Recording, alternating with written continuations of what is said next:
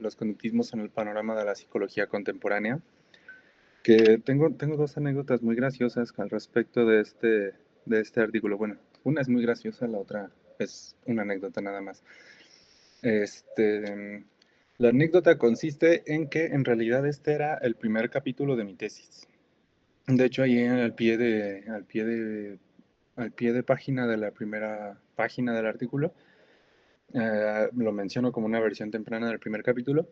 Y lo que pasó fue que tuve que cortar bastante espacio porque resulta que en la tesis de maestría nos dan un límite de 60 cuartillas. Entonces, este primer capítulo ya era demasiado grande y tuve que cortarle. De hecho, con ese primer capítulo creo que llegaba yo como a las 30 30 cuartillas o algo así, o sea, casi la mitad de la tesis. Entonces, tuve que cortarlo y reescribir uno que fuera mucho más corto, más chico. Y la segunda anécdota divertida es que yo no sabía que ya estaba publicado este artículo. Se publicó en junio de 2024, pero yo nunca recibí notificación. Este, yo no sabía que ya estaba publicado hasta que en el Congreso de la Sociedad Mexicana de Análisis de la Conducta en Mérida, en 2024, que fue en septiembre justamente, yo estaba presentando un cartel y se acercó una persona y me felicitó por el artículo y yo no sabía que ya estaba publicado. Entonces mi reacción fue de genuina sorpresa, porque lo había mandado como a principios, como en enero del 24, pero no recibí nada, no recibí ninguna notificación ni nada de que ya se iba a publicar. Entonces muchas personas supieron que ese artículo ya estaba publicado antes que yo. Pero bueno, así pasa a veces. Y si tuvieron oportunidad de revisarlo, perdón, básicamente, mi interés en este artículo es justamente delinear cuál es la posición, qué lugar ocupa el conductismo en la psicología de hoy.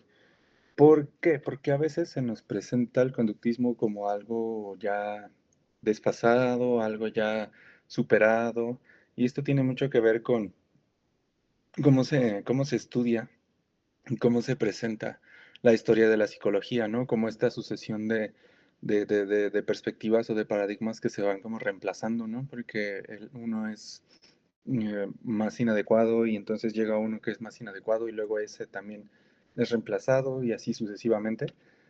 Y esto se ve cuando en los libros de historia de la psicología se habla de la revolución cognitiva, ¿no? Donde se presenta el cognitismo como la posición hegemónica y, y luego esa posición fue reemplazada por la psicología cognitiva, ¿no? ¿Por qué? Porque la psicología cognitiva sí podía resolver algunos problemas que el conductismo no podía, etcétera, etcétera, ¿no?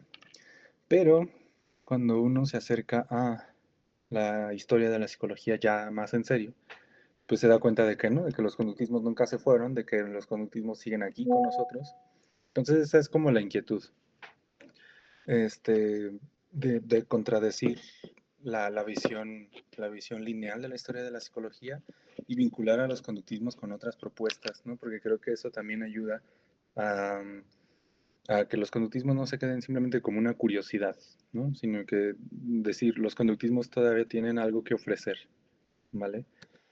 Entonces, lo que en el artículo llamo la visión heredada del conductismo, justamente tiene que ver con la idea de la muerte del conductismo, ¿no? Entonces, la visión heredada del conductismo no solamente es la idea de que el conductismo se centraba, por ejemplo, en la conducta observable nada más, sino también con la idea de que debido a centrarse en la conducta observable fue reemplazado por la psicología cognitiva, ¿no? Entonces, la idea de la muerte del conductismo está relacionada con la crítica que hizo Chomsky al libro de conducta verbal de Skinner, que fue una crítica bastante influyente y a pesar de que Chomsky decía que criticaba nada más el libro, en realidad era una crítica como a todo el sistema skinneriano.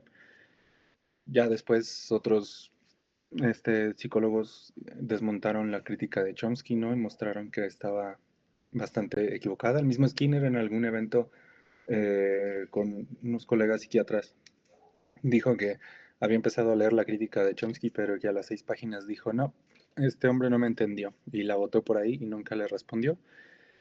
Pero bueno, la crítica de Chomsky es uno de los pilares de esta visión heredada. El otro pilar es justamente la aparición de las ciencias cognitivas, ¿no? Las primeras conferencias en inteligencia artificial, en teoría de la información, la aparición de las computadoras digitales, bueno, de las computadoras, de los ordenadores. Todo eso cuenta como la base de las ciencias cognitivas y sucedió al mismo tiempo que el conductismo dejaba como de estar como en el foco, ¿no? Luego, este, estaba esta filosofía de la ciencia que muchos asocian con el conductismo, que es el positivismo lógico, em, que fue reemplazado, ¿no? Fue reemplazado por otra filosofía de la ciencia que es el giro histórico, de la mano de Thomas Kuhn. No sé si hayan escuchado de él. Este, perdón, por cierto, si tienen alguna duda o alguna observación, siéntanse libres de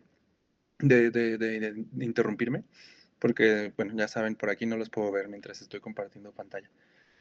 Entonces, con toda confianza, porfis.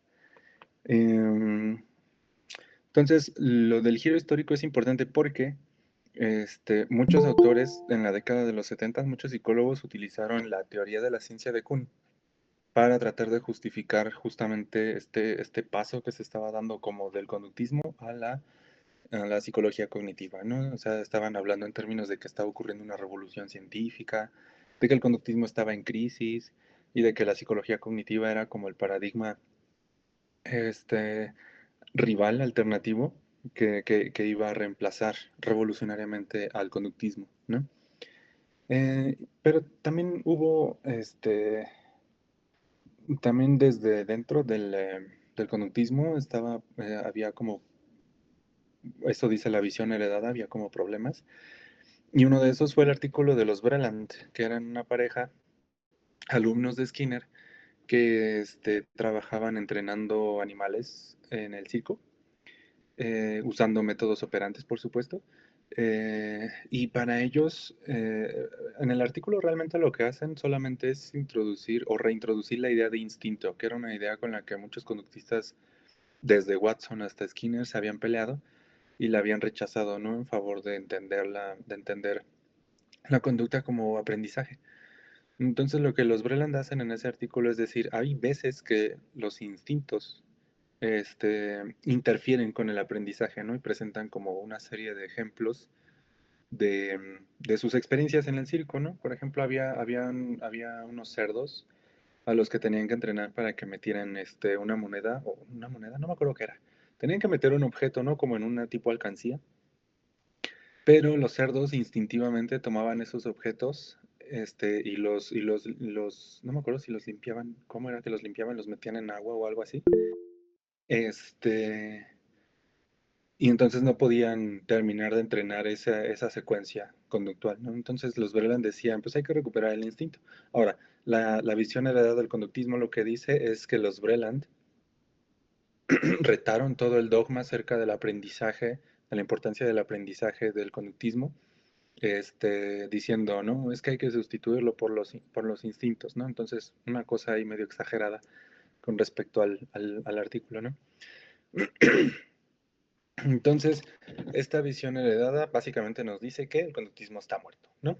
Y el asunto es que la visión heredada pues no se sostiene, porque antes de este artículo ya otra gente, historiadores profesionales para empezar, han criticado esa idea, ¿no? La idea de que los conductismos fueron reemplazados, de que se murieron y ya nadie hace conductismo el día de hoy.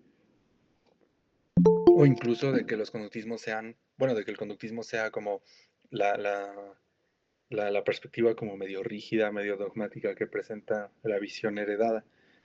Este, Uno de esos es un historiador llamado Leahy, Thomas Leahy. En varios de sus textos, de sus libros introductorios a la historia de la psicología, justamente combate esa idea. También tiene un artículo que es del 92 y se llama Las revoluciones de la psicología estadounidense, algo así, donde también critica esta idea de la sustitución lineal de un paradigma por otro. Y aún así, la visión heredada todavía sigue todavía es muy popular. Hay un artículo de 2020 de este psicólogo evolucionista, David Boss, que, que habla justamente, dice, la psicología evolucionista es una revolución científica, en sentido como de Thomas Kuhn.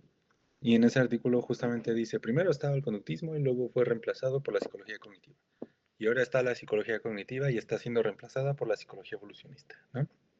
Entonces sigue siendo una visión, una visión muy popular. Este, y justamente los problemas que enfrenta la visión heredada son la idea, o sea, tiene dos ideas. Una es que el conductismo fue el paradigma dominante en la psicología, ¿no? Desde 1913 que Watson publica el Manifiesto Conductista hasta 1960, ¿no? Em, y la segunda idea principal es que el conductismo nunca pudo abordar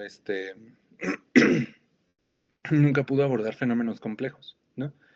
Entonces, el problema es que son justamente estas dos ideas principales las que son más problemáticas para la visión heredada. ¿Por qué?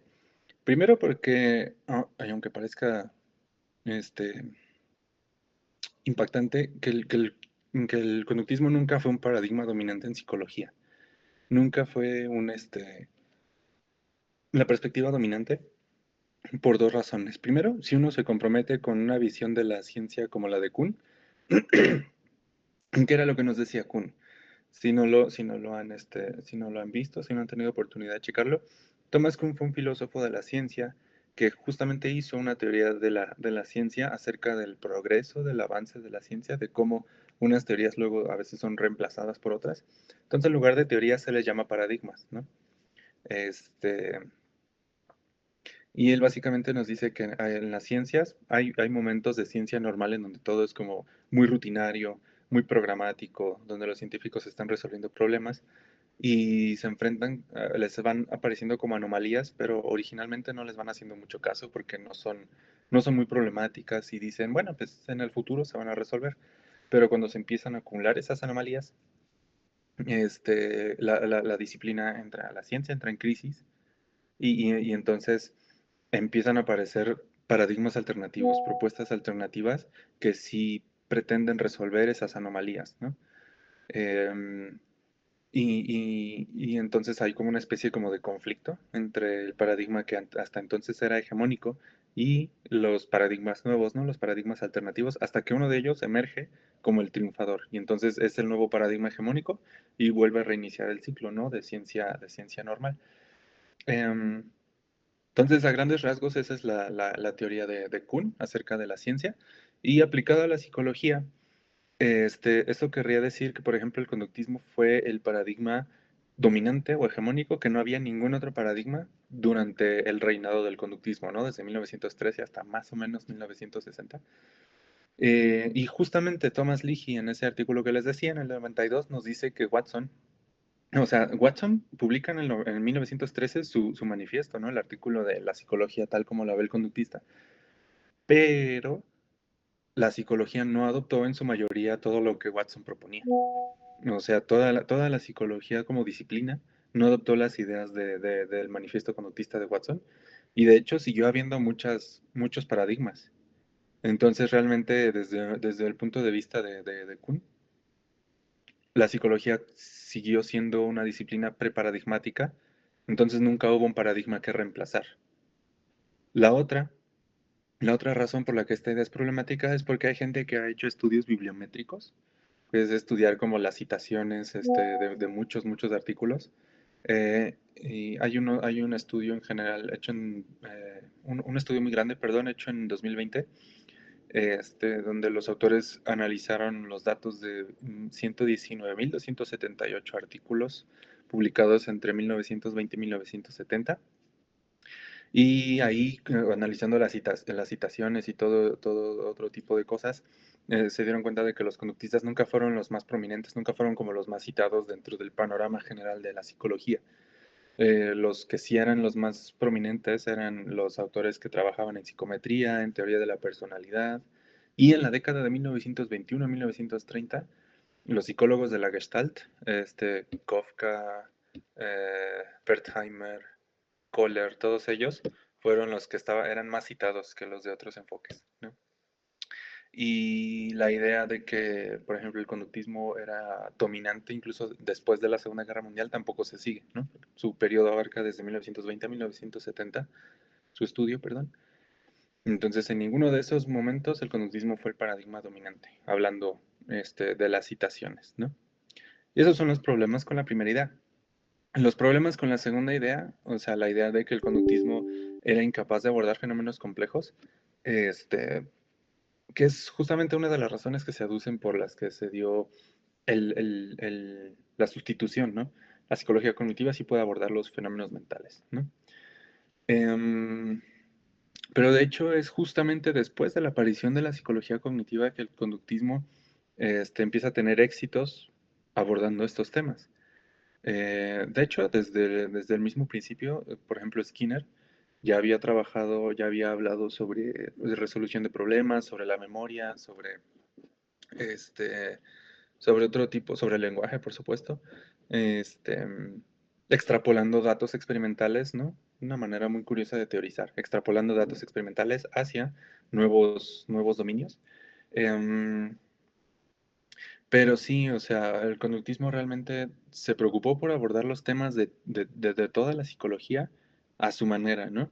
Por ejemplo, hay una cita de Ribes y Burgos que dice que el conductismo, desde su aparición, hizo suyo los problemas que debe examinar y explicar una psicología científica y lo hizo de manera muy diversa, ¿no? Entonces, esa cita me gusta porque justamente todos los temas que uno considera como propiamente psicológicos, la memoria, el lenguaje, la percepción, la resolución de problemas, el razonamiento, el pensamiento, etcétera, etcétera. Todos esos temas han sido abordados por los conductismos. Y es algo que, por ejemplo, nunca nos dicen mientras estudiamos la licenciatura, pero lo hacen a su manera. Y es una manera que puede ser como un poco exótica para quienes no están familiarizados con ella. Y además lo hizo de manera muy diversa. De ahí que me refiero entonces a los conductismos, porque no hay un solo conductismo. El conductismo no es una posición como monolítica en donde todos pensamos exactamente igual. De hecho, todo lo contrario. Siempre creemos que los otros conductistas están más equivocados que uno mismo. Hasta aquí, ¿tienen alguna duda o comentario? ¿Inquietud? Deja ahí. Si no, para continuar. Yo de mi parte ando bien, Jesús. No sé si alguien quiere comentar alguna apreciación, un comentario o algo. Todo bien.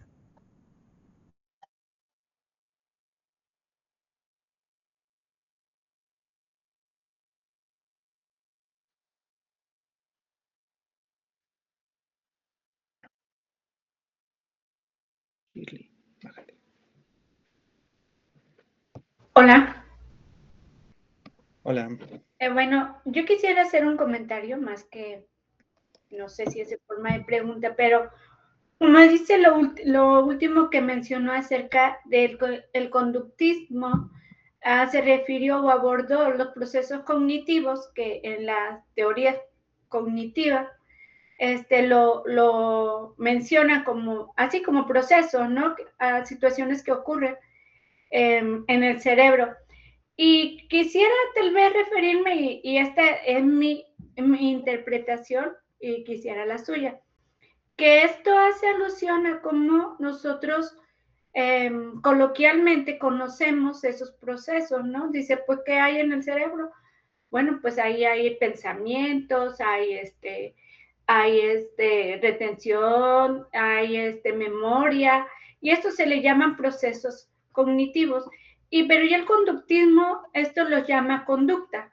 ¿Será por esa forma diversa que otros modelos lo abordan de una manera más coloquial y el conductismo de otra forma un poco más científica, podría decirse, con otros términos que aunque los toman y los consideran, no por ejemplo, lo cognitivo o otros modelos decían es que él no aborda lo interno y es necesario y desde ahí empieza como una contrariedad, ¿no? Hacia no ver que sí los contiene o sí los aborda el conductismo. No sé si fui clara. Sí, muchas gracias. Sí, yo creo que parte del problema es justamente eso. Yo creo que incluso parte del problema empieza con el nombre, ¿no? Como en el mismo nombre, conductismo. Ah, pues la conducta, y a veces entendemos que justamente conducta es como solamente los movimientos que podemos ver, ¿no? Pero pero sí, yo creo que, y mira, justamente por eso es que los conductismos son como un poquillo más exóticos y más difíciles de cacharles la onda, este, desde fuera, digamos, porque por un lado la psicología cognitiva como que retoma estos términos que vienen del lenguaje natural, que son, pues sí, como memoria, pensamiento, razonamiento, todos esos son palabras que nosotros usamos en nuestra vida cotidiana. Mientras que el conductismo lo que hace justamente es como un análisis de, bueno, los conductismos, algunos, hacen como un análisis del lenguaje para ver a qué nos estamos refiriendo cuando decimos que alguien razona, por ejemplo, o que alguien está pensando, o que alguien está sintiendo una emoción, ¿no? Justamente porque lo que quiere es construir un lenguaje técnico, este, sí, básicamente. Entonces, muchas gracias por ese comentario. Si no hay más comentarios, yo creo que podemos seguir. O como preguntas.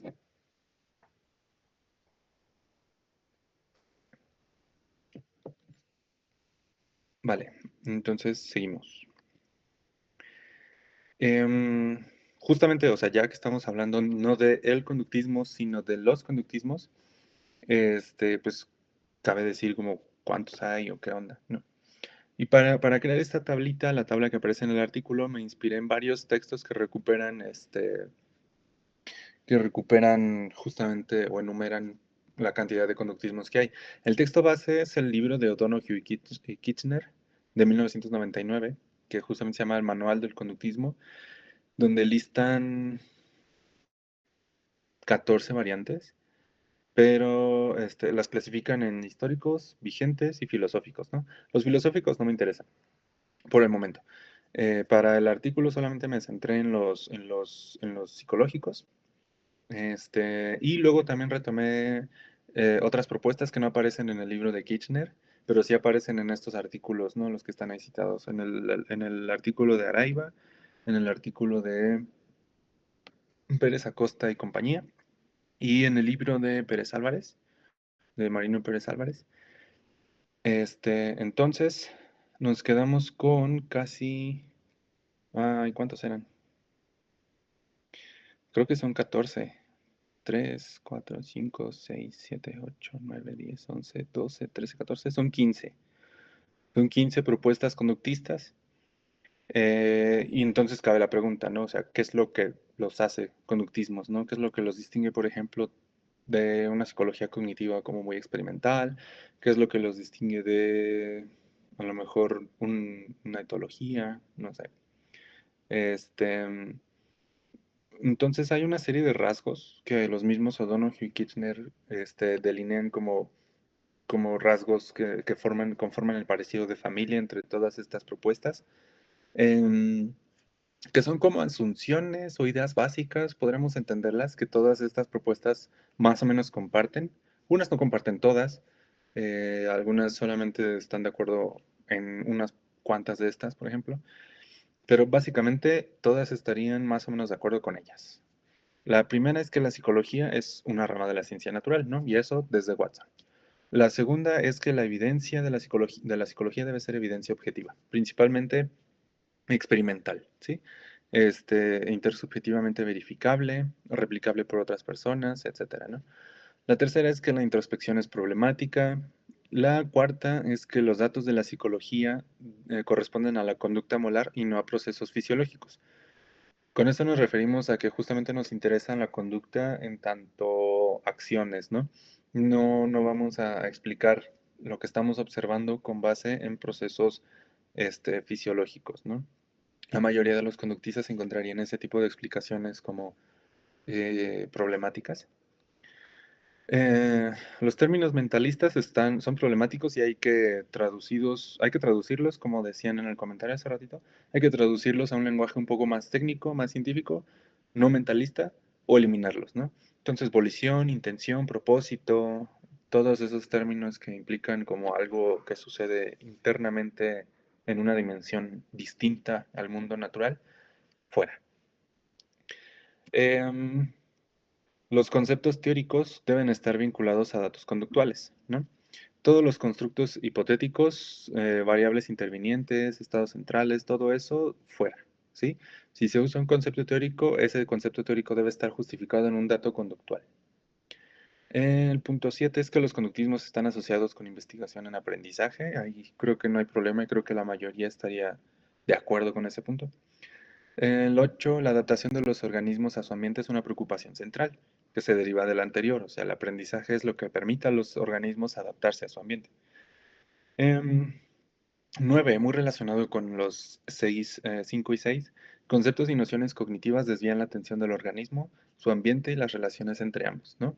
Y aquí subyace otra cosa, lo que les interesa a los conductismos es la relación entre el organismo completo y su ambiente, ¿no? Los procesos cognitivos, en tanto son conceptos, constructos hipotéticos, hay que hacerlos a un ladito, ¿no?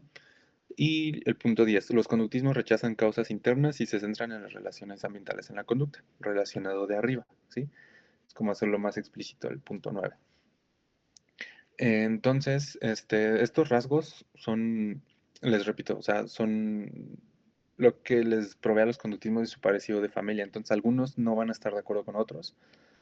Por ejemplo, creo que los conductismos déjenme pensar, de Quilin y Foxall, que son como propuestas muy contemporáneas, sí permiten introducir ciertos conceptos teóricos que no están como tan vinculados a datos conductuales, o más bien, para ellos están vinculados a datos conductuales, pero son o pueden sonar como mentalistas. em, y también de las propuestas históricas, Tolman y Hull también introducían variables intervinientes, ¿no?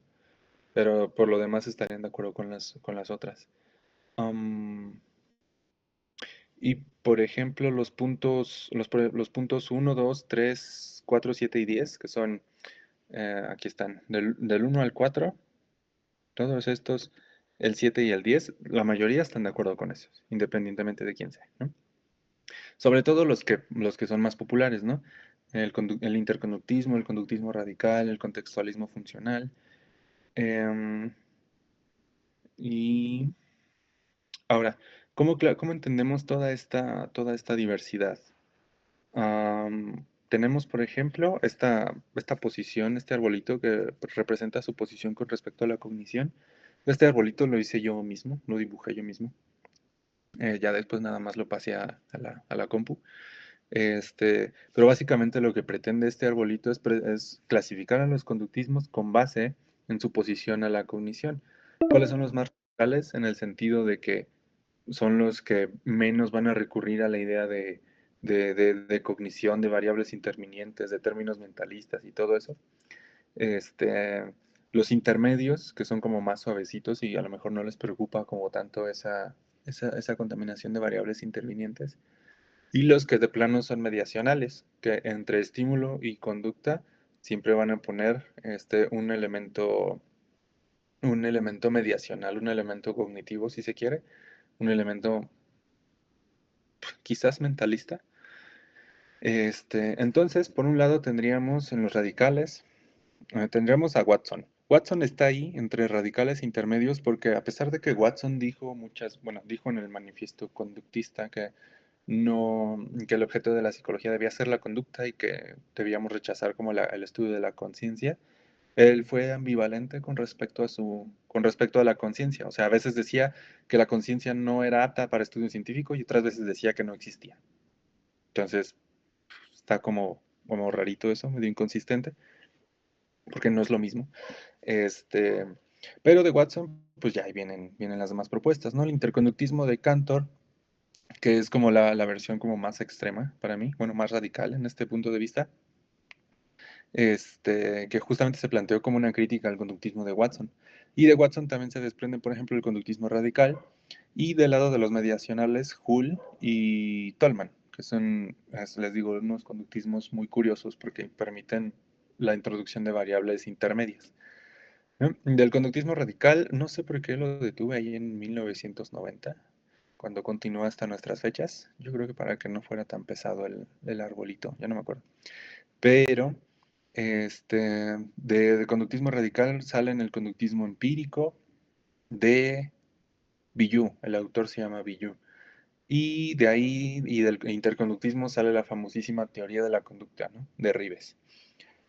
Y del conductismo radical sale el conductismo teleológico y el conductismo, el contextualismo funcional de Stephen Hayes, que es, si recuerdan, la base de la terapia de aceptación y compromiso, ¿no? En los intermedios están todas estas propuestas. Estas dos, que están en verde más oscuro, son bastante biológicas. Y como biológicas, pues no tienen problema con proponer, por ejemplo, mecanismos justamente biológicos para explicar el comportamiento. Y las que están en verde más clarito, el conductismo psicológico y la síntesis experimental del comportamiento, son curiosas porque son propuestas que pretendían unificar la psicología bajo el lenguaje del análisis experimental del comportamiento. Entonces, les digo, las pongo en intermedios porque no son como, no están tan peleadas con estos conceptos mentalistas, pero sí dicen que estos conceptos hay que redefinirlos en términos analítico-conductuales, ¿no? Son como una especie de variante del conductismo radical, pero con la idea de unificar e integrar toda la psicología. Y luego tenemos en azul más oscurito propuestas más modernas como el conductismo teórico, el emergente y el intencional, que son de estos autores Foxall, Quilin y no me acuerdo de quién es el teórico, de Staddon, sí. Que eso es justamente, de hecho, alguien ha dicho por ahí que son conductismos básicamente nada más con quienes estudiaron sus principales proponentes. Staddon creo que llegó a estudiar con Skinner. Y la mayoría han salido como de posgrados de análisis de la conducta, pero promueven la inclusión de términos mentalistas o de variables intervinientes, ¿no? Entonces está curioso. Y esta es una manera en la que yo creo que se pueden clasificar los conductismos. ¿Por qué es importante esto? Porque otras propuestas en psicología, diferentes a los conductismos, también tienen diferentes posiciones con respecto a la cognición. Entonces, entender hacia los conductismos nos permitiría después entender cómo poder vincular a los conductismos con otras aproximaciones, ¿no? Este es un diagramita que no es mío, lo modifiqué de lo que hicieron unos autores, si no me mal recuerdo, colombianos, Pérez Acosta, Guerrero y López, colombianos o mexicanos, no me acuerdo. Con respecto a su cercanía o lejanía con las ciencias cognitivas. Entonces, este cuadrante es menos cognitivo y más cercano a la neurociencia. Este es más alejado de la neurociencia y más alejado de la psicología cognitiva. Este es todo lo contrario, más neuro, más cognitivo, y este es más cognitivo, menos neuro, ¿no? Y entonces, en este cuadrante de acá, de menos cognitivo, más neuro, tendríamos primero el de Watson. Y lo pongo acá justamente por esa ambivalencia con respecto a la conciencia, pero también porque Watson era fisiólogo, le interesaba mucho la fisiología, retomó muchos métodos de la fisiología. Tenemos a los conductismos biológicos, justamente, los que les mencionaba hace rato, que estaban en verde oscurito. Esos también estarían como más cercanos a la investigación en neurociencia. Y de hecho en otro tipo de investigación como de corte biológico. Del otro lado, en más neuro y más cognitivo, tendremos el conductismo teórico de Staddon, justamente por esta apertura hacia los términos mediacionales, y la síntesis experimental del comportamiento y el conductismo psicológico, que son los que estaban en verde clarito en el árbol anterior, ¿no? Que son estos que pretenden modificar la psicología. Entonces tampoco tendrían problemas con acercarse con propuestas neuropsicológicas, cognitivas, etc. Luego aquí en el cuadrante de abajo tenemos a las propuestas que son más cognitivas, menos neuro, en el sentido de que no hacen tanta referencia a procesos fisiológicos o neurofisiológicos reales, pero sí incluyen como estas variables intervinientes, Tolman, Hull, el conductismo emergente, que siempre se me olvida de quién es, el intencional de Foxall, y el teleológico, que es de Rashling. Que justo, por eso mismo, variables intervinientes, un lenguaje un poquillo mentalista, o sea, no es que vayan a traducir como proponen, por ejemplo, aquí en la síntesis experimental o el conductismo psicológico, sino que deliberadamente introducen, pum, intención, ¿no? El de Foxall justamente se llama intencional porque, pum, introduce la intención, entonces es como que, órale, está raro. Y en el último cuadrante están las propuestas más conocidas, el conductismo radical, el interconductismo y el contextualismo funcional, que justamente son las más fuertes en el arbolito anterior porque pretenden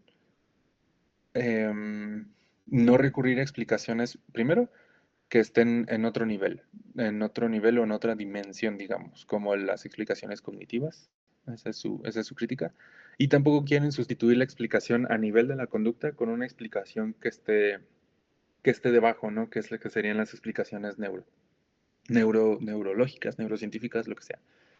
Ellos quieren que la conducta esté explicada simplemente a nivel de la conducta, a nivel de relaciones organismo-ambiente, ¿no? Entonces, esta es otra manera de clasificarlos. Esta clasificación, por ejemplo, serviría para ver cuál puede dialogar con qué cosa, ¿no? Cuál puede dialogar con la psicología cognitiva, cuál puede dialogar con la neurociencia, con la neuropsicología, etcétera, etcétera, ¿no? Y este es otro más curiosillo, pero que también es relevante, em, que es con respecto a otras teorías de la mente, ¿no?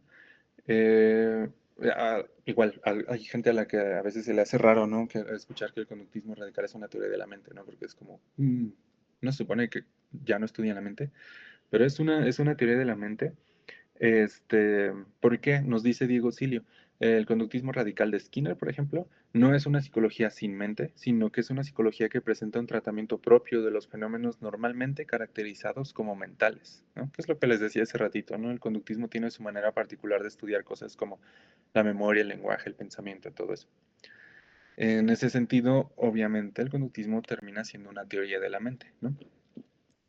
Y lo es también en virtud de su ascendencia, ¿no? Entonces, este arbolito justamente pretende estudiar su ascendencia, de dónde viene el conductismo. Entonces, tenemos, por ejemplo, que los conductismos, aquí hay tres, el radical, el de Watson y el contextualismo funcional, descienden del naturalismo estadounidense, que es una, digamos, una perspectiva filosófica. Quizás les suene más si ponemos como pragmatismo, que es una especie de acercamiento a la filosofía. Em, pero creo que queda mejor naturalismo estadounidense, no estoy seguro. Pero bueno, de ahí descienden no solamente los conductismos, sino también la psicología ecológica. La psicología ecológica es una psicología propuesta por James Gibson, que también está interesada en la interacción entre organismo y ambiente, pero en lugar de hablar como de estos estímulos y respuestas, a él lo que le interesa es ¿cómo se llama? Las posibilidades que los entornos le ofrecen a ciertos organismos, ¿no? Y estas posibilidades él las denomina affordance. Una affordance es justamente esta posibilidad de acción. Por ejemplo, cuando uno ve una taza, nosotros como seres humanos vemos una taza y vemos que tiene esta cosita de acá y nosotros no nada más vemos este objeto, nosotros vemos que este objeto es para agarrarlo de esta manera, para verter líquido adentro, para beber de ese líquido que vertimos en él. Entonces nosotros cuando vemos una taza vemos todas esas cosas, eso es una affordance. La taza permite, en inglés affords, todas esas conductas, ¿no? Entonces la idea de Gibson es que los ambientes están llenos de affordances, ¿no? Y de la psicología ecológica después salió la ciencia cognitiva corporizada radical, que básicamente es un conjunto de autores que lo que quieren es deshacerse de toda la gimnasia mental que propone el computacionalismo, que es esta teoría de la mente de acá. Este, en el sentido de que, bueno, a ellos lo que les parece es que el computacionalismo es una teoría de la mente como muy artificial. Como que, ¿de veras nosotros pensamos así? De veras, nosotros pensamos como haciendo todas estas operaciones mentales y todo eso. Entonces ellos abogan por una psicología que sea, bueno, por una ciencia cognitiva que sea más em, naturalizada, quizá, menos a entender los fenómenos mentales menos como cosas que suceden adentro de la cabeza de la gente y más como relaciones entre los seres humanos y el entorno, ¿no? Como fenómenos situados, en pocas palabras. Entonces, la importancia de este arbolito es justamente que estudiando la ascendencia o viendo la ascendencia del conductismo, entonces podemos encontrar como a sus hermanos o a sus primos y serían entonces teorías con las que en principio sería más fácil que pudieran dialogar porque comparten ciertas cosas en común, ¿no? Aquí lo vemos, de hecho, si nos vamos a una parte más general, tenemos a las teorías eliminativistas, que son teorías que justamente proponen eliminar el mentalismo o a la mente en sí de nuestras teorías. Y más bien el mentalismo, no tanto la mente. Pretenden explicar la mente eliminando el mentalismo. Y por el otro tenemos el representacionalismo, que es justamente la perspectiva como más común en ciencias cognitivas em, y en psicología cognitiva, por supuesto, en donde los procesos cognitivos lo que hacen es que representan lo que sucede afuera, no lo que sucede en el mundo, y por medio de esas representaciones el organismo las manipula y entonces cómo suceden los procesos cognitivos, ¿no? En pocas palabras, quizás mal dicho.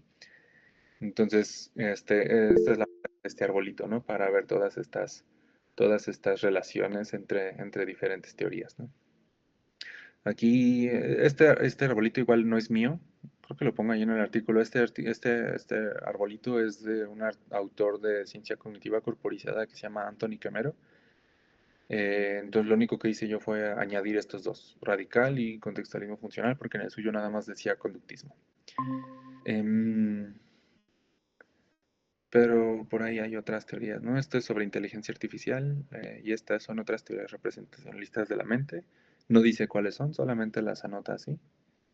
Pero bueno, aquí a nosotros lo que nos importa es justamente esta parte de acá. ¿Con quiénes puede el conductismo entrar en diálogo? ¿No?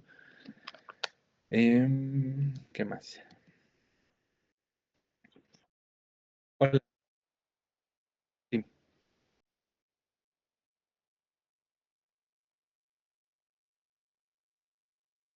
ok. No te preocupes, ¿cuántos minutos quedan? Dice. Ah, Cristo, entonces vámonos todos de una vez y ahorita nos volvemos a reunir. Gracias.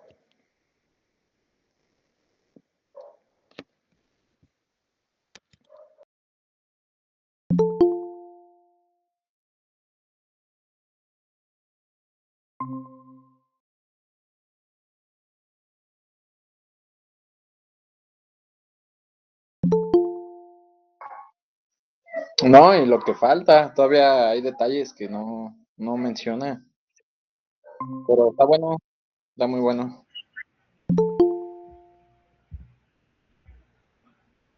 No, ya ves, te dije que valía la pena invitar al buen Jesús.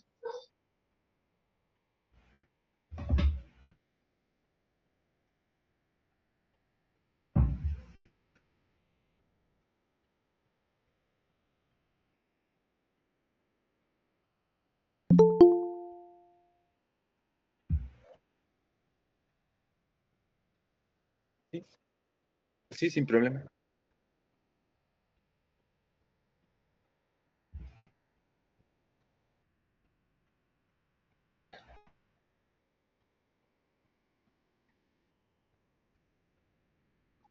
¿Qué pasó?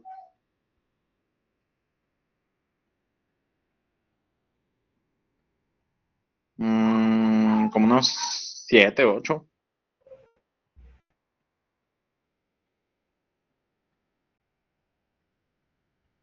Esperando el Fanta, chale.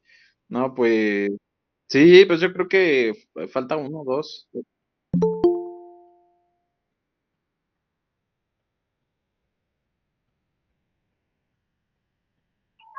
Sí, mira, ¿sabes qué te dije?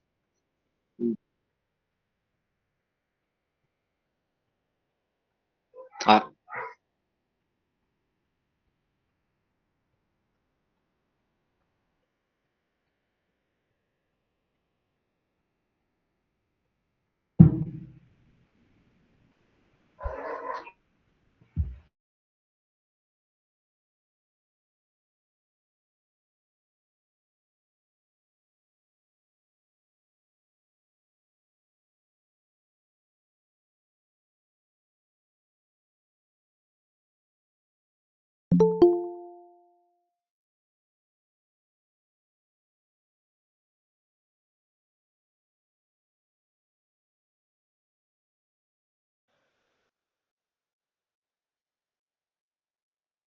Vale, no te preocupes. Gracias.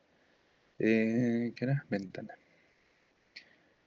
Igual me avisan porfi cuando ya... Ay, no, me equivoqué. Esa no era la que había que presentar. Mm,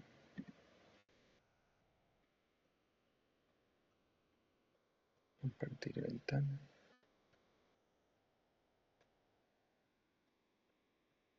Ahí está. Igual me avisan cuando ya se pueda ver.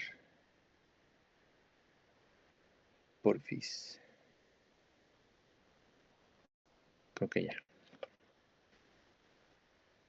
Entonces, de hecho, ¿dónde nos quedamos? Sí, lo que nos importa es justamente las relaciones, ¿no? Entre el naturalismo, dentro del naturalismo estadounidense, que nos llevan por un lado hacia los conductismos y por el otro hacia la ciencia cognitiva corporizada, ¿no? Que les digo, o sea, las describí en el artículo más o menos. Este, o sea, la idea principal de estas propuestas, ¿no? De la cognición, la ciencia cognitiva 4E, que no es una propuesta en sí, sino que es una familia como de diferentes teorías y propuestas, pretenden estudiar cómo la interacción entre las personas y sus entornos, o las acciones situadas de esas personas, dan forma y son parte de los procesos cognitivos, ¿no? Entonces, en lugar de decir que los procesos cognitivos son algo que sucede en la cabeza de la gente, ellos dicen que los procesos cognitivos incluyen cosas que nosotros hacemos, actividades que nosotros hacemos, pero también incluyen objetos. Este, y les preocupa, por ejemplo, a uno les preocupa entender cómo el ambiente no nada más es un escenario, ¿no? La escenografía en donde nos movemos, sino que es está rico en significados, por esto de las affordances. Este, y entonces, nosotros captamos ese significado, ¿no? A la primera, sin necesidad de estar procesando cosas. Entonces, el conductismo todavía nos sirve esto para citar justamente al conductismo como uno de los opositores más férreos al representacionalismo, ¿no? ¿Y qué quiere decir oponerse al representacionalismo? Pues justamente centrarse en la actividad de los organismos, de las personas, en, como si fuera una actividad total, ¿no? En un sentido ecológico. No fraccionarla como de, en la cabeza hace esto y luego por eso los organismos de eso. No, los organismos hacen cosas por cómo es su ambiente, ¿no? Entonces, justamente, o sea, co- comparten este origen, comparten ciertas inquietudes similares y, por supuesto, comparten el deseo de brindar una alternativa al representacionalismo, al dualismo, al cerebrocentrismo, etcétera, etcétera. Y finalmente, justamente este último punto es lo que extraigo como conclusión, ¿no? Que uno de los puntos de contacto entre, en este caso, el conductismo radical y otras perspectivas es justamente el ver a la conducta, o bueno, a la actividad de los organismos como un todo, ¿no? O sea, y con actividad, una vez más me refiero no a solamente a las cosas que podemos ver, sino también a cosas como razonar, pensar, imaginar, etcétera. De hecho, esta cita de Skinner lo resume bastante bien, ¿no? La mente es lo que hace el cuerpo, es lo que hace la persona. En otras palabras, es la conducta, y eso es lo que han estado diciendo los conductistas por más de medio siglo, ¿no? Y y eso es básicamente también la idea detrás de las ciencias cognitivas 4E y de otras familias de propuestas que también están como peleadas contra el representacionalismo, ¿no? Igual diríamos que a rasgos generales las ciencias cognitivas, ahí me faltó 4E, ese es un error de dedo. Las ciencias cognitivas 4E estarían de acuerdo con algunos puntos de los conductismos, como los puntos 2, 4, 8 y 10, ¿no? Que esos puntos son... em, la evidencia de la psicología debe ser objetiva. Los datos de la psicología corresponden a la conducta molar y no a procesos fisiológicos. Y la adaptación de los organismos a su ambiente es una preocupación central de los conductismos, y los conductismos rechazan causas internas y se centran en las relaciones ambientales con la conducta. Ahora, esto no quiere decir que yo crea que las ciencias cognitivas 4E deban ser conductismos, porque igual digamos que cada familia en su casita, ¿no? Entonces los conductismos tienen estos rasgos que a lo mejor otras propuestas comparten, pero esas propuestas también tienen otras cosas que las hacen muy distintas. Por ejemplo, muchas propuestas en ciencias cognitivas 4E este, tienen un interés por la fenomenología. Entonces les interesa mucho entender la conducta desde la perspectiva fenomenológica, desde cómo se le presentan a las personas en particular esas relaciones con su ambiente, ¿no? Y es algo de lo que el conductismo no, con lo que el conductismo radical no está tan de acuerdo. Ahora, también se pueden buscar similitudes con otras propuestas más allá de sus posiciones con respecto a la mente. Está, por ejemplo, la, perdón, la idea de selección por consecuencias de Skinner, este, que es un modelo que, según Skinner, es un modelo explicativo que solamente se encuentra en las cosas vivas, ¿no? Entonces, cuando una ratita aprende a jalar la palanca porque su conducta de jalar la palanca ha sido reforzada en el pasado, eso es selección por consecuencias. Eso es a nivel ontogenético, a nivel del organismo, pero también un ejemplo de la selección por consecuencias sería la selección natural, donde aparece una mutación en una población y esa mutación es favorable para la supervivencia, entonces la mutación se mantiene, ¿no? Ese es otro ejemplo. Y también a nivel cultural, las prácticas que le permitan a un grupo sobrevivir van a ser seleccionadas y se van a transmitir, ¿no? Las prácticas culturales, ¿no? Entonces, esta idea skinneriana también encuentra como un eco en ciertas propuestas de psicología evolucionista cultural modernas, este, como la de Joseph Henrich, ¿no? Que básicamente adhieren mucho a algo que en biología se llama construcción de nicho, que la teoría de construcción de nicho nos dice que básicamente los organismos, en lugar de ser las criaturitas pasivas que nos pinta la evolución por selección natural más tradicional, en la que cambia el ambiente y los organismos cambian en consecuencia, la construcción de nicho, perdón, lo que nos dice es que los organismos cambian sus ambientes activamente mientras buscan sobrevivir, y si esos cambios son lo suficientemente estables durante cierto periodo de tiempo, entonces esos cambios van a alterar la evolución, de manera que los organismos se ven como agentes activos en su propia evolución. Entonces ahí también hay como una manera este, una manera de vincular al conductismo radical en este caso con otras propuestas mucho más contemporáneas, ¿no? Como esta que les digo, la psicología evolucionista cultural. Ahora, ¿para qué uno querría hacer todo este caos, toda esta búsqueda, ¿no? de rasgos familiares entre diferentes propuestas? Por diferentes cosas. Primero, porque a nivel educativo, pues lo que les decía al inicio, ¿no? Generalmente tenemos problemas a la hora de transmitir las ideas principales de ciertas escuelas, ¿no? Los conductismos siempre son presentados, les digo, como una, una escuela, un enfoque como atrasado, como ya olvidado, em, y, y eso no es cierto, básicamente. El problema es que presentar así a una escuela particular lo que puede hacer es que puede sesgar las decisiones de los estudiantes, este, incluso a pesar de que puedan coincidir con sus intereses, ¿no?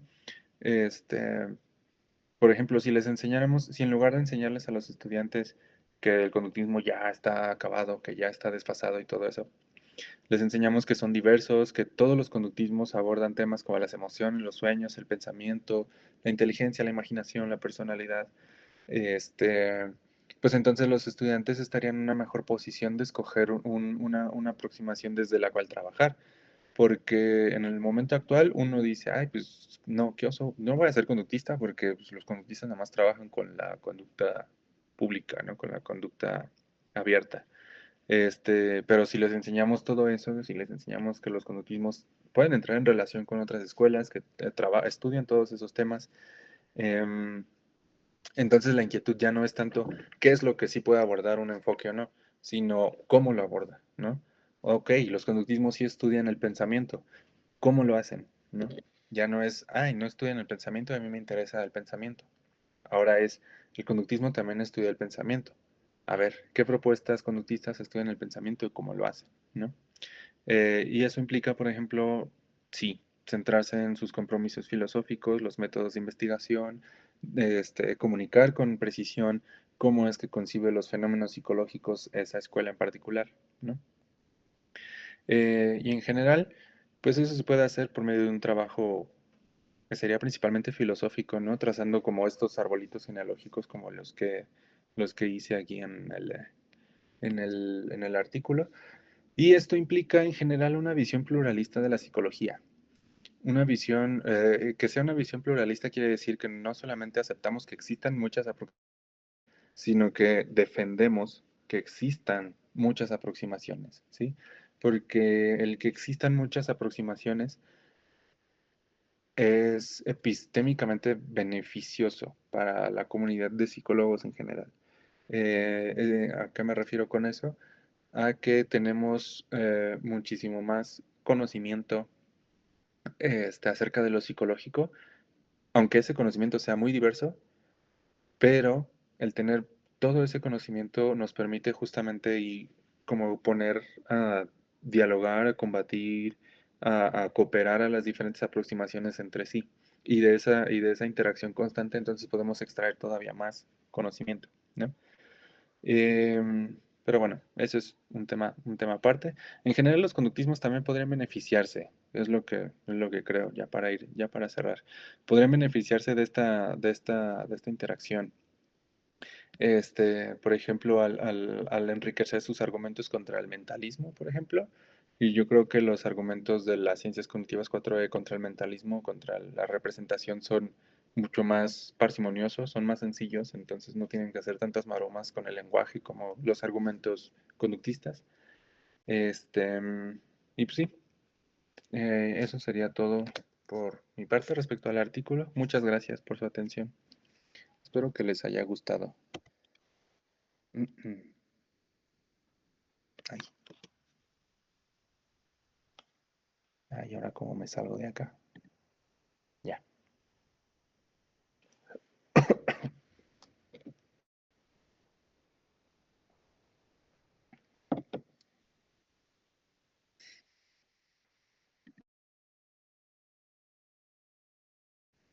Bueno, ahora sí, si tienen más preguntas, comentarios, inquietudes, todo lo que quieran, adelante. Ya se va a apagar esto.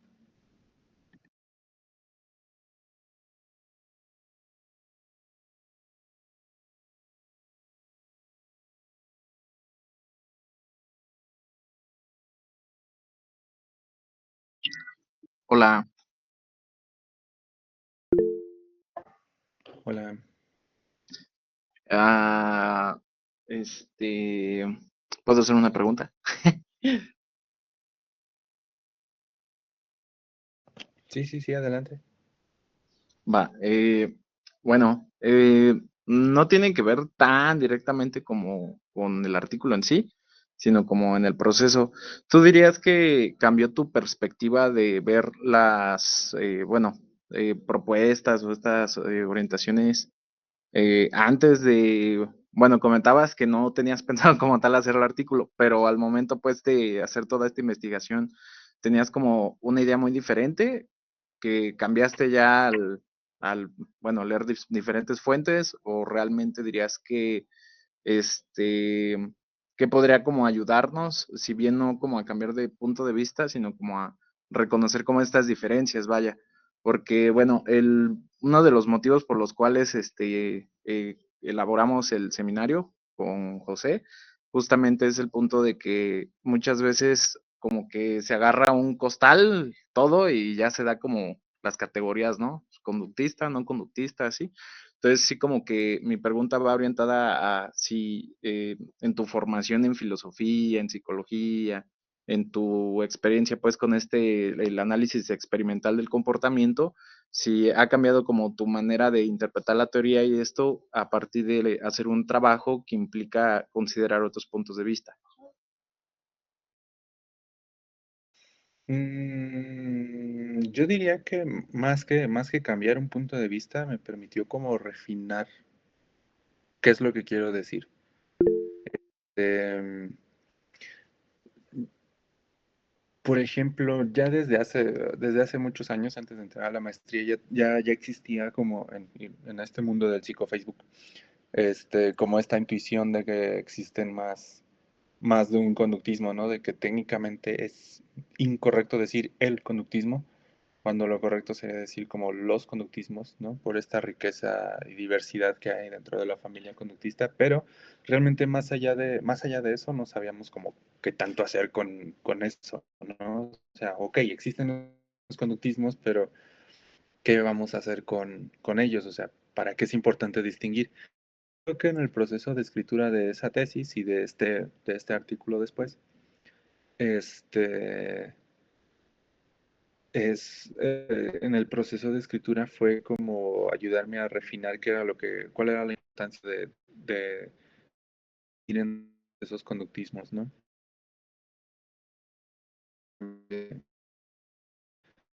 Sí eh, sí fue más como un refinamiento, un saber decir mejor qué es lo que quiero decir, ¿no? Expresarme más claramente.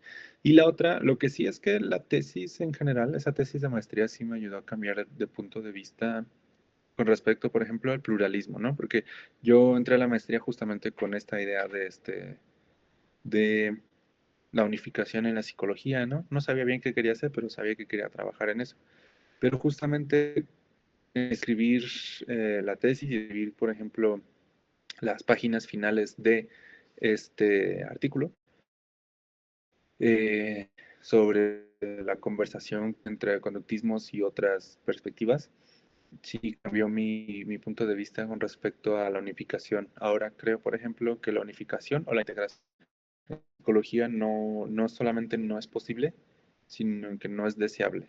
No deberíamos estar buscando eso, sino que deberíamos alentar la existencia de diferentes marcos, diferentes aproximaciones. Porque como les decía hace ratito, en ese diálogo, en esa interacción constante entre aproximaciones, es de donde salen a veces buenas ideas o donde se pueden enriquecer mutuamente, aunque no se integren, aunque no se unifiquen, simplemente dialogan de vez en cuando y se separan, siguen por su camino, pero ya hay este, nuevas ideas, ¿no? Dentro de cada una. Y sí.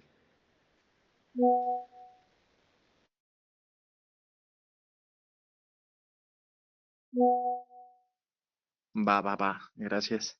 Sí, porque, bueno, yo quería como saber, pues, qué opinabas, porque, bueno, yo personalmente, sí he notado algunas diferencias, pero a mí lo que de alguna manera me entristece es como caer en este punto, ¿no? Como el decir, pues algo es mejor, algo es peor, o cosas así, cuando, bueno, pues como que ese tipo de valoraciones, pues creo que no entran tanto cuando pues se entiende pues la discusión, las preguntas y esas cosas, pero pues entrar a eso pues es algo complicado. Entonces, por eso decidimos invitarte, porque consideramos que tu propuesta de artículo pues estaba como alineado a los propósitos que tenemos, que básicamente es justamente el hablar de propuestas, de teorías y todo lo que tiene que ver con la teoría de la mente, ¿no? O todo lo relacionado al mentalismo, cosas así. Muchas gracias. No, gracias a ustedes. Gracias por la pregunta, Osvaldo. No sé si alguien más tenga dudas, preguntas.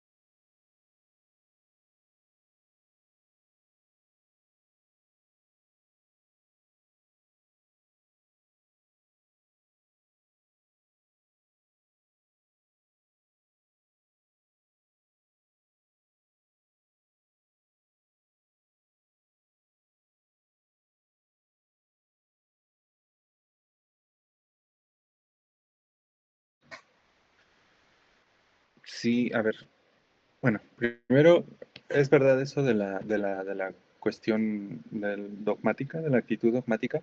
Creo que a esa actitud se le puede poner algo que denomino la actitud pluralista, que justamente no basta con saber que existen diferentes aproximaciones, sino estar dispuesto a entenderlas, digamos, cada una desde su propio marco, ¿no? Que es una tarea muy complicada, pero yo creo que se puede hacer, ¿no? Y sobre tu pregunta, es una muy buena pregunta, o sea, ¿cuál es la importancia de reflexionar filosóficamente sobre nuestras teorías, sobre nuestra actividad como científicos, por ejemplo? Y yo creo que justamente una de la importancia es precisamente la actitud pluralista, ¿no? En filosofía hay como una,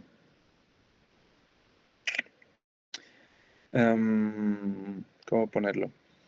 Digamos que aprender filosofía, y hacer filosofía más bien, le ofrece a uno cierta intolerancia a la incertidumbre, en el sentido de que pues, uno se da cuenta de que realmente sus fundamentos últimos en realidad no son fundamentos y no son para nada últimos, no son la base de todo.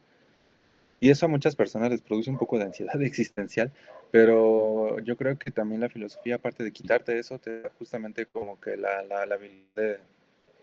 habilidad de lidiar con eso, ¿no? De decir, ok, no pasa nada si esto es, si estos no son mis fundamentos, porque pues, ¿no? Realmente no hay ningún fundamento, perdón. Nosotros estamos aquí, nada más intentando como construir conocimiento.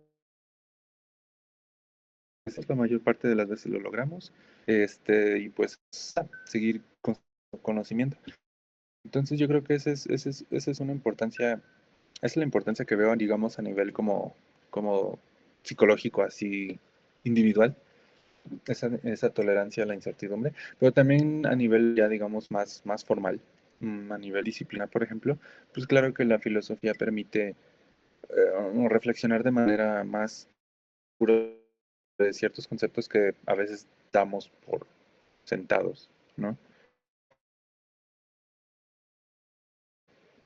Tus ideas acerca de las cosas que a lo mejor otros colegas psicólogos dan por sentadas, este, por ejemplo, con respecto a la mente, ¿no? Los psicólogos, la mayoría de los psicólogos dicen, la psicología es la ciencia de la conducta y de la mente, ¿no? Entonces un filósofo pregunta, bueno, ¿qué es la mente, no? ¿Cómo defines la mente? Y entonces a partir de ahí empiezan como una serie de cuestionamientos bastante fuertes que sí pueden ser un poquillo molestos, honestamente, pero también creo que justamente permiten como refinar, o sea, no es un cuestionamiento con la intención de refutar, sino que es un cuestionamiento que uno se hace constantemente para decir, a ver, ¿cómo puedo expresar mejor estos conceptos o estas ideas, ¿no? O cómo puedo construir otros que sean mejores.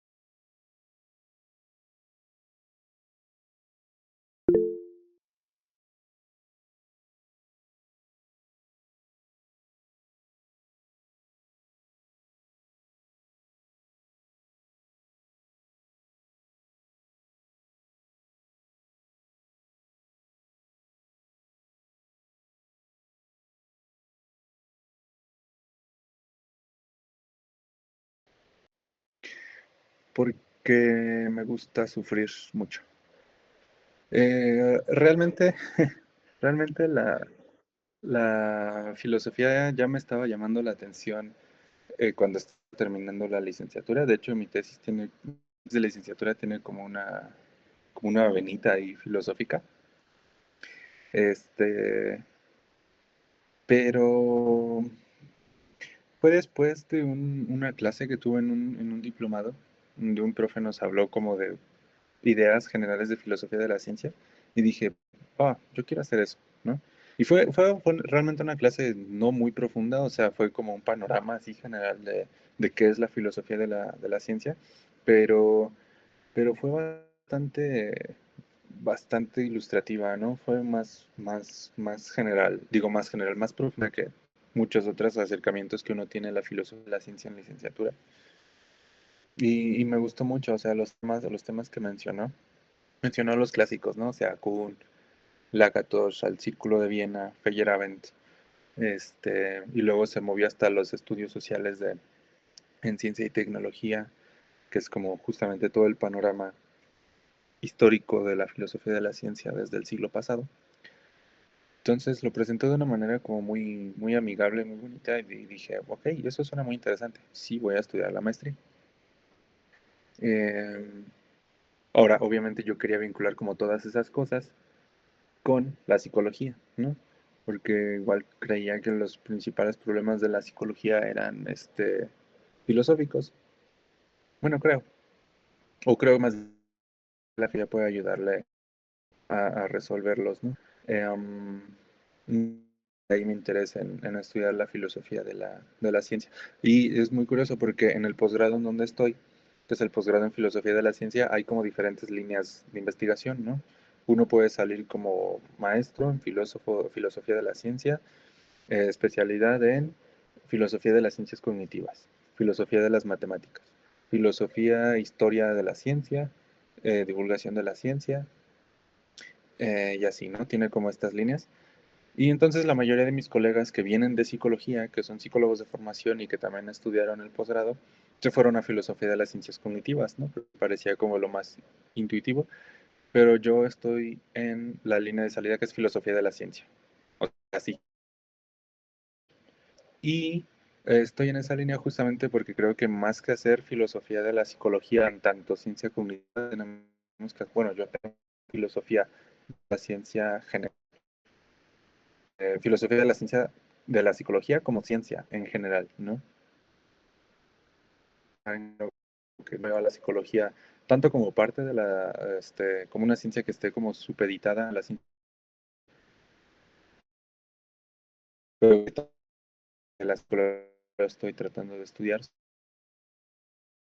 son de la psicología propiamente hechas, ¿no? No en relativa, sino que son problemas como más generales, ¿no? Como esto del pluralismo, cuestiones de metodológicas y todas esas cosas.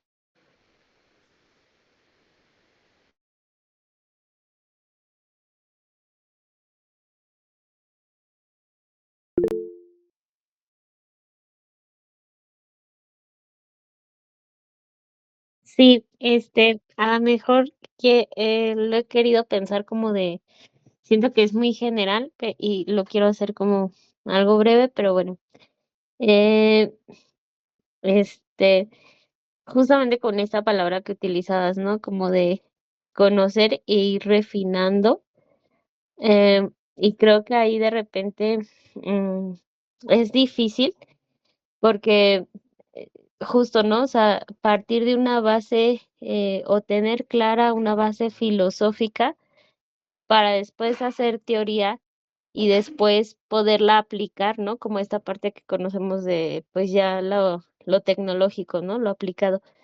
Siento que es difícil porque, por ejemplo, como les comentaba al inicio, pues mi formación fue desde el interconductismo, ¿no? Entonces su metodología es el análisis contingencia. Y ya cuando, o sea, buscas un campo, los perfiles que hay, pues obviamente nadie, en un campo laboral, ¿no? Pues no es algo que te van a pedir de que, sí, tú vas a aplicar tu análisis contingencia, ¿no? Este, entonces, no sé em, hasta qué punto, cómo podrías, a lo mejor desde tu punto de vista, sí sé que hay campos en donde pues se ha estudiado, se ha aplicado y todo, pero siento que ya para los perfiles laborales que se piden y que pues no abarca toda esta parte, por ejemplo, de lo que nosotros podemos conocer, ¿no? Sobre los diferentes conductismos, la parte filosófica, la parte teórica, la parte tecnológica. Entonces siento que ahí de repente a mí sí me ha causado conflicto como en esa parte, no sé cómo filtrarlo, porque al final del día cuando tú presentas pues un análisis, ya sea macro o un análisis funcional, sí son cosas diferentes, pero al final del día también depende de cómo te lo enseñan, te lo aceptan o no, ¿no? Entonces creo que no sé, este, pues desde tu experiencia, cómo a lo mejor podríamos tener más claridad desde dónde partir y cómo aplicarlo.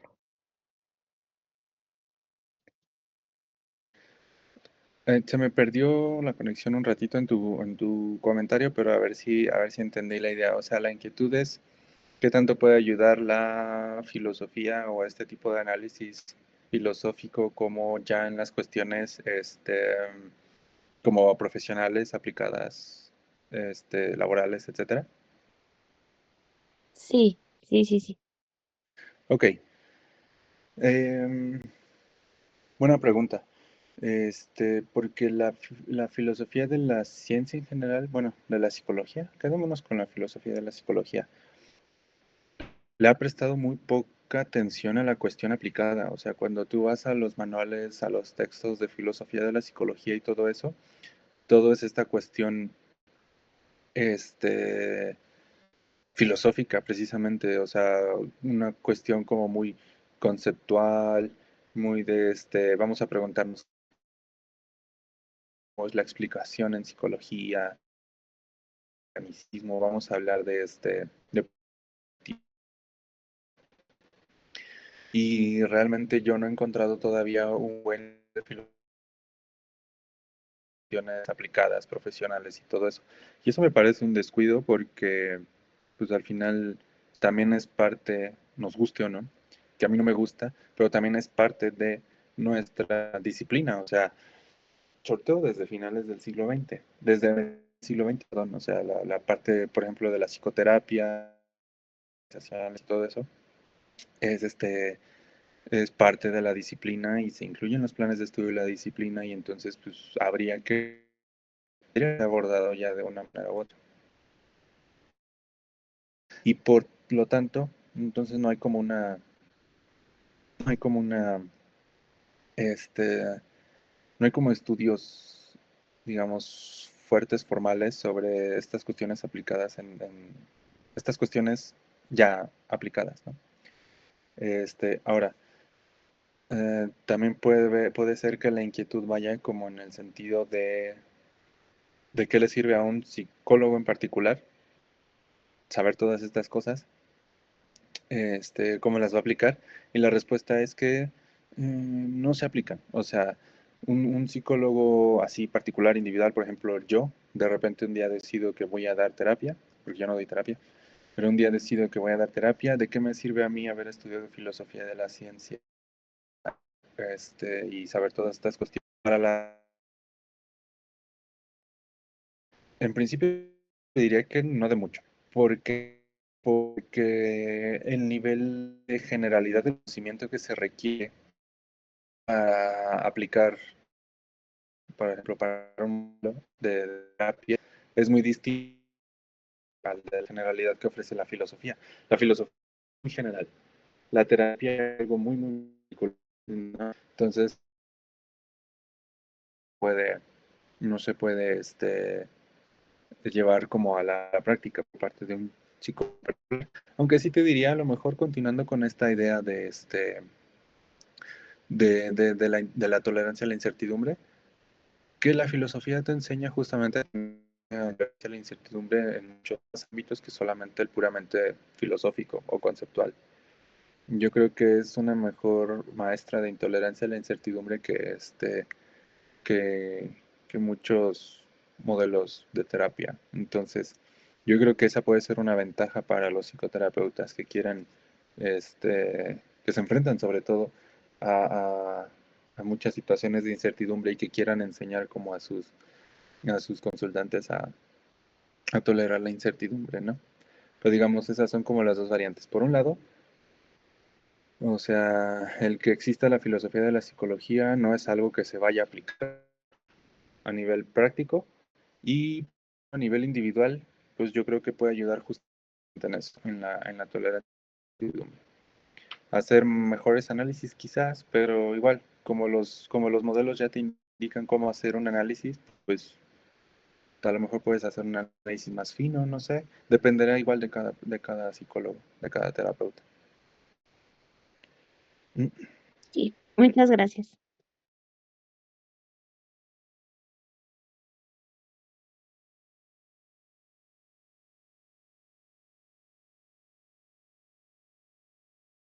Va. Muchas gracias, Jesús. Bueno, pues no sé, José, si ya... Ajá, va. De paso, le cedo la palabra a Francisco.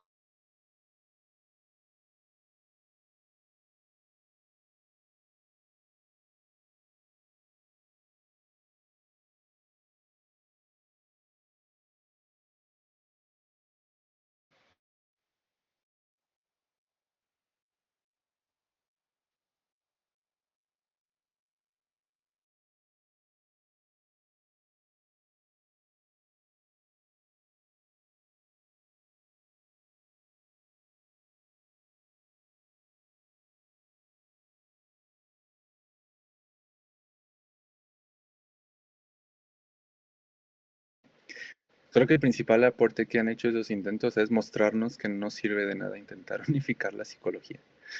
Este, porque sí, ha habido muchísimos intentos, este, y todos terminan justamente en una propuesta más, que es muy chistoso.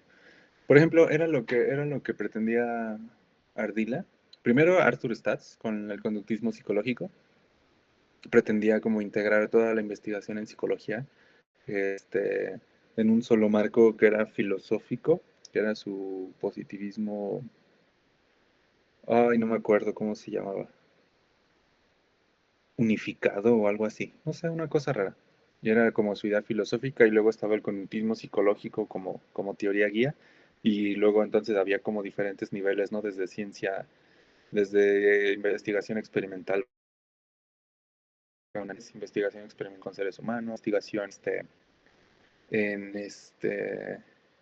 en personalidad y psicometría, una cosa, y así va hasta que el último nivel era como ya lo aplicado. Y entonces era su idea, ¿no? De integrar toda la investigación en psicología.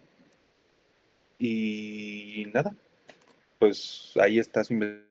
Es una propuesta más dentro de los conductismos, entonces al final no sirvió de nada. Y lo mismo pasó con la de Ardila, con la síntesis experimental del comportamiento, que está menos trabajada, creo yo. Pero pues el resultado, o sea, la intención era la misma, unificar la psicología. Y el resultado fue el mismo. Es un conductismo más. Y fuera de los conductismos, también ha habido diferentes propuestas. Me viene ahorita a la cabeza la de un psicólogo apellidado Enríquez, con H al principio. Y este sujeto igual tenía como la idea de unificar la psicología, entonces imaginó una metáfora del árbol del conocimiento, y ya no me acuerdo bien cómo iba.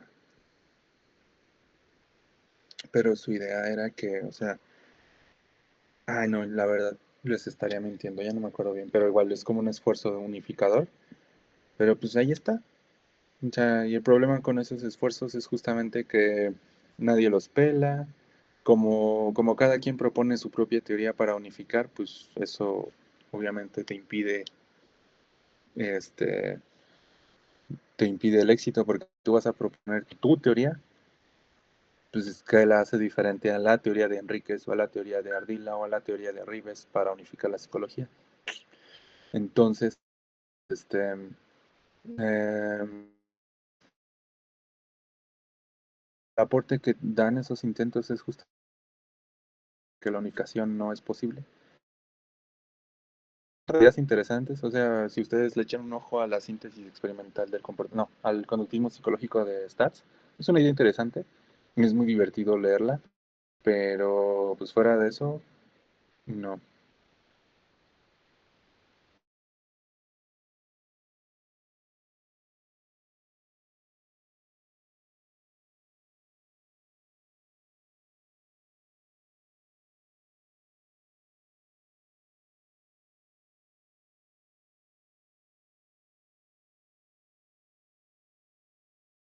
Ah, perdón, los motivos por los que no se puede unificar. Es que se cortó. Ajá. Muy buena pregunta. Es, la respuesta que trata de dar es que justamente hay una diversidad de, primero, por un lado, hay una diversidad de intereses en la comunidad de psicólogos. Y esa diversidad de intereses se ve manifestada en una diversidad de aproximaciones. Porque si nos ponemos así como muy simplones, ¿qué es lo que se supone que estudia la psicología? Estudia las cosas que hace la gente. Y a esa pregunta, a la pregunta de qué cosas hace la gente y por qué las hace, se le pueden dar un montón de respuestas. Y las respuestas son justamente con base en los intereses de esa comunidad de psicólogos. Ahora, esos intereses no están como, no vienen como en blanco, ¿no? O sea, ya tienen como antecedentes ideológicos, sociales, culturales. Por ejemplo, el conductismo empató muy bien con la cultura estadounidense porque ya había, porque retoma algunas ideas que ya estaban presentes en la cultura estadounidense, ¿no? Como la practicidad, la importancia de la administración, incluso el determinismo, que algunos pintan como que es un obstáculo para el conductismo. Ya había pensadores estadounidenses del siglo XVIII, que proponían un determinismo que era más o menos similar al de Skinner, ¿no? Y era un determinismo religioso, o sea, un determinismo religioso, ¿cómo le llaman? Cristiano, fuerte. Entonces, realmente todas esas ideas como culturales, sociales, ya están como ahí y alimentan los intereses de investigadores particulares. También están, por ejemplo, la manera en que las ideologías alimentan esos mismos intereses, ¿no? Con el mismo conductismo, por ejemplo, pues se apuntaló, digamos, se terminó de establecer como programa de investigación durante la Segunda Guerra Mundial, ¿no? Skinner recibió financiamiento fuerte del ejército para, para realizar este programa, ¿no? El de las palomas, el Project Pigeon, el de las palomas que dirigen misiles con sus picoteos, y recibió financiamiento fuerte durante casi 4 años. Y esa es una ayuda muy fuerte que no todos los programas reciben, y eso ayuda también a instalar el programa, ¿no? Pero entonces esta diversidad de intereses es lo que lleva a que haya una diversidad de programas, ¿no? Y que también la puedes ver, por ejemplo, en el hecho de que muchas aproximaciones están interesadas en la interacción organismo-ambiente, pero no todas la enuncian igual. O sea, la interacción organismo-ambiente es una idea como muy general, muy vaga, que tú puedes articular de muchas maneras distintas. Una es la manera conductista, ¿no? La del análisis experimental de la conducta. Otra es la de las ciencias cognitivas 4E, por ejemplo, la de la ciencia cognitiva corporizada radical de Anthony Kemero. Esa es otra. La del propio Gibson, el que propuso primero las affordances, es otra, ¿no? Entonces, este, yo creo que de ahí viene toda esa diversidad y por eso no se puede unificar la psicología, porque hay tanta diversidad de intereses y esos intereses se pueden enunciar o estudiar de tantas diferentes maneras que el ejercicio de unificar es vano.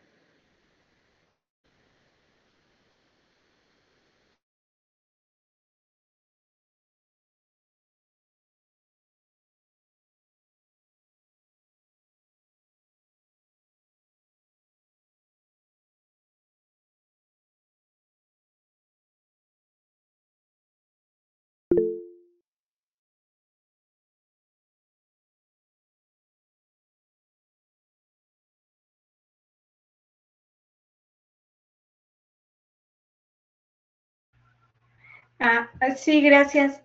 Pues me pareció igualmente interesante esta respuesta a esta última pregunta. Bueno, yo lo fui hilando y como mi pregunta fue porque cuando le comenté acerca de por qué tanto el cognitivismo y el conductismo abordan los mismos fenómenos, pero les llaman diferente.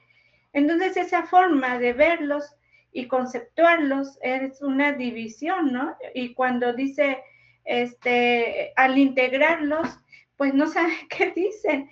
Y precisamente no los entendemos igual, aunque hablemos de lo mismo. Y esa parte del lenguaje creo que hace referencia a por qué también es uno de los fenómenos. La referencia del lenguaje hace alusión también a esta división de la psicología, a sus diferentes teorías, y yo lo miraría como una sensación de defender su punto de vista de cada modelo. No sé si estoy en lo correcto. Pues sí, al final eso es lo que termina generándose, ¿no? Como lo decía José hace rato, ¿no? Se genera este dogmatismo en con respecto a la teoría propia y vamos a defenderla de la teoría del otro, ¿no? De los demás. Ahora, lo que yo creo es que aparte, o sea, hay una cuestión del lenguaje, por supuesto, pero también hay una cuestión de prácticas. Era algo que comentaba en un seminario el día de ayer, que no solamente son diferencias de lenguaje, sino también son diferencias en la manera en la que se generan explicaciones. Y el asunto es que cuando uno genera una explicación, bueno, cuando hay una explicación en un programa de investigación, esa explicación no nada más depende del lenguaje o de la teoría que estés utilizando, sino que también depende de un montón de otras cosas que a veces ya son transparentes para nosotros, como los aparatos experimentales, los diseños experimentales, las asunciones filosóficas, por supuesto, la clase de datos que uno busca. Todas esas cosas también van conformando, digamos, el mundo aparte que es cada aproximación. Entonces, por ejemplo, en el análisis experimental de la conducta, ¿qué se usa? Se usa investigación experimental con animales, se usan registros acumulativos, ya no mucho. Este, Se usan ciertos aparatos, ciertos arreglos experimentales y los científicos están muy educados en esa tradición. Y eso es lo que va generando como que la separación también, ¿no? El hecho de que no puedan em, como comprenderse más profundamente. No, porque si fuera solamente una cuestión del lenguaje, pues bastaría con crear un diccionario cognitivista conductista para ir traduciendo las cosas y que más o menos se puedan entender. Pero justamente muchos de los conceptos provienen de prácticas científicas, de prácticas experimentales, ¿no? Y eso es lo que ya no es tan fácil traducir. Pero sí, en esencia lo que genera eso es lo que tú dices, que haya como una posición de defensa, ¿no? Con respecto a la otra teoría, ¿no? Sobre todo a la hora de interactuar entre teorías. Entonces hay una crítica por parte de una teoría que no es la mía y entonces yo me pongo así como de, pero no, tú no entiendes, tú no sabes, ¿no?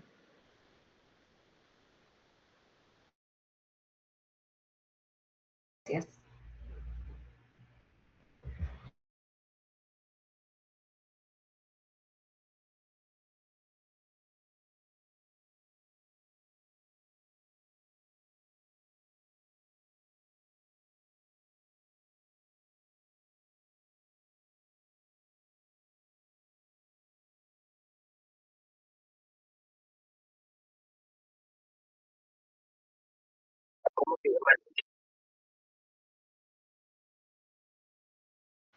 Ah, Shirley, aquí está, saluda Shirley. Ya está lista aquí en el seminario. Bájate.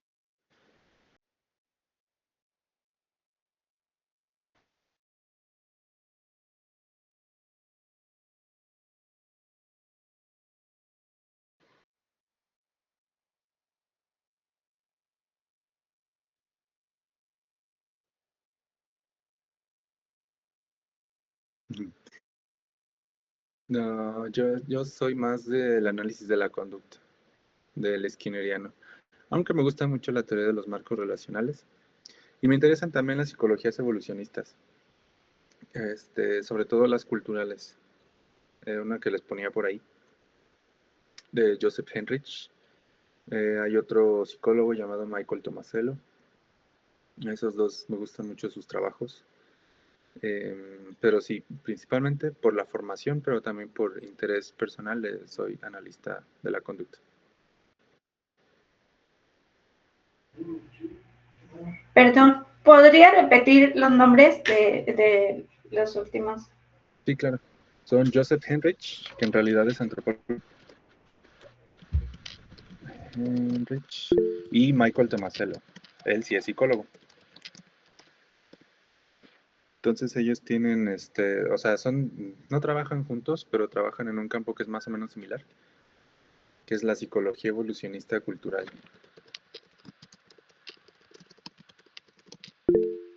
Ajá, tienen unos trabajos muy interesantes. Ya, deja ahí.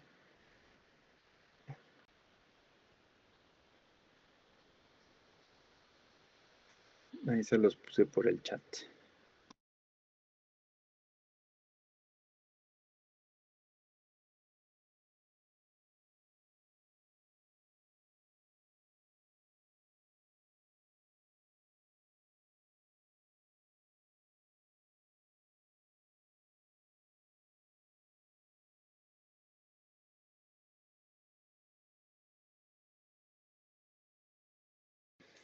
Pues primero por formación, pero luego también porque yo creo que el análisis de la conducta ofrece muchas ideas interesantes respecto a lo psicológico. Además de que también permite como esta parte, trabajar como esta parte aplicada, ¿no? Que es otra de sus grandes ventajas. Pero personalmente yo creo que es más por la parte de la explicativa, ¿no? O sea, la manera en que puede explicar los fenómenos psicológicos, que fue algo que a mí me asombró mucho por perdón, por su parsimonia y por su capacidad de vincularse con otras disciplinas.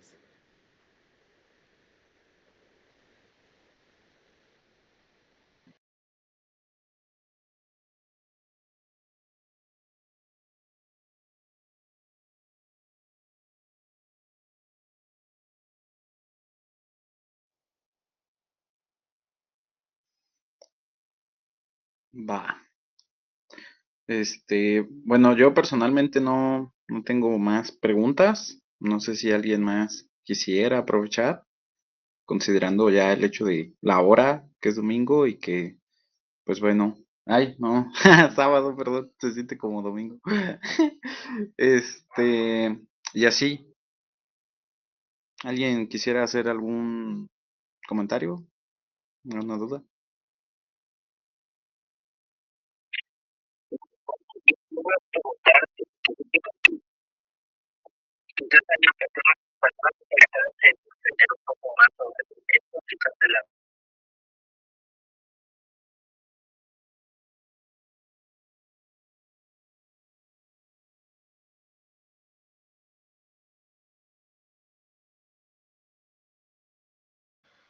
Bibliografía de filosofía de la ciencia. Ok. De la psicología está más complicado porque no hay tanta en español. Pero de filosofía de la ciencia, sí. A ver. Déjenme ver. Hay un libro. ah,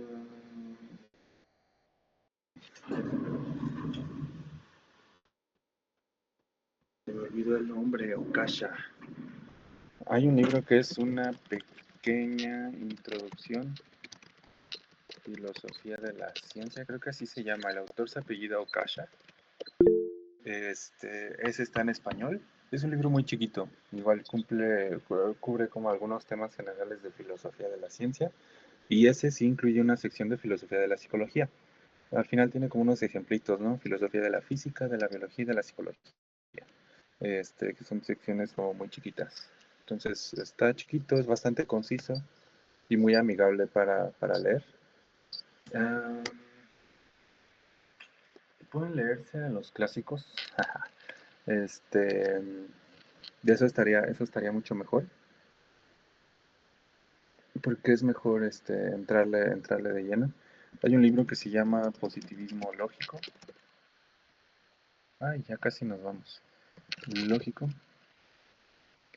Este,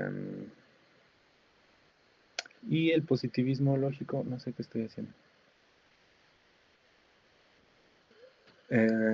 Ese libro es de un